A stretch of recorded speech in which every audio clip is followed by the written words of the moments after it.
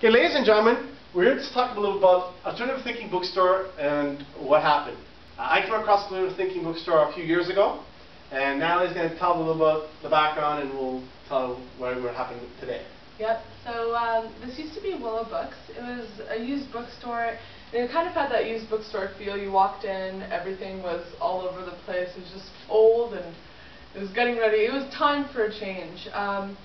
So my brother just, he was looking for a storefront. He had a vision of having just a store where people can come in and ask, what is this world, and what are these experiences that have in it, alternative ideas and things like that. And so he worked really hard for 3 years. He had a website. He was trying to get investments and just trying to create a business.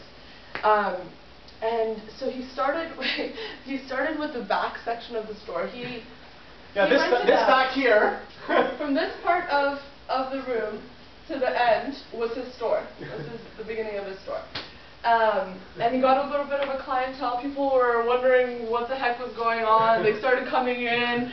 And then he moved to the front of the store, to the front portion. He took the front portion over.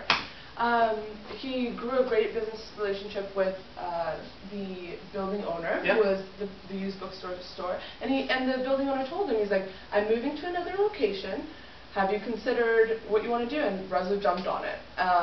And you're here sitting in the space right now. We've done a lot of renovations, and we're really excited. It is. And thank you for sharing. And what it is I wrote an article regarding the bookstore when it had 4 businesses in here. It had Rivers in the back corner here, the bookstore, they had a fashion store in the basement, they had a mobile thing in the corner there. Yeah, there was so much. And there was so much going on, but it was indicative of, he was thinking outside the box. Where can make this business work? Now you have a jewelry thing at the front there, right? Yeah, there is the jewelry at the front now. Right. There's next door is the fashion place that was in the basement, next door.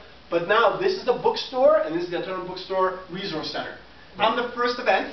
Right. I'm the first event, and there's many more events happening. The reason I want to share on it with this story, I thank you for coming up here, is because it's an involvement of what his idea was.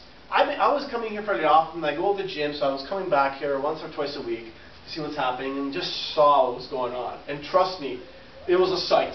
We'll leave it at that. But the goal is moving forward now. The vision has happened. They're moving forward. They have events here. They have some event space in the basement that they may be modifying in the very near future.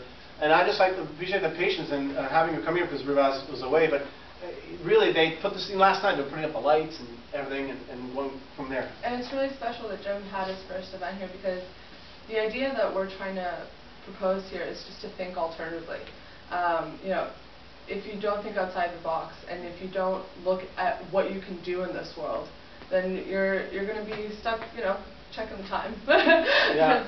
So that's not all that really. So if there's anything, if you want to use the space for any other events, feel free to come to me or not. Thank you. No problem. But the goal is begin with the end in mind. You have the goal of what the end wanted, and other things happening. Got approached by me, wrote the article, and him and his team and his sisters and other friends, we got together. So it takes a team effort to do this.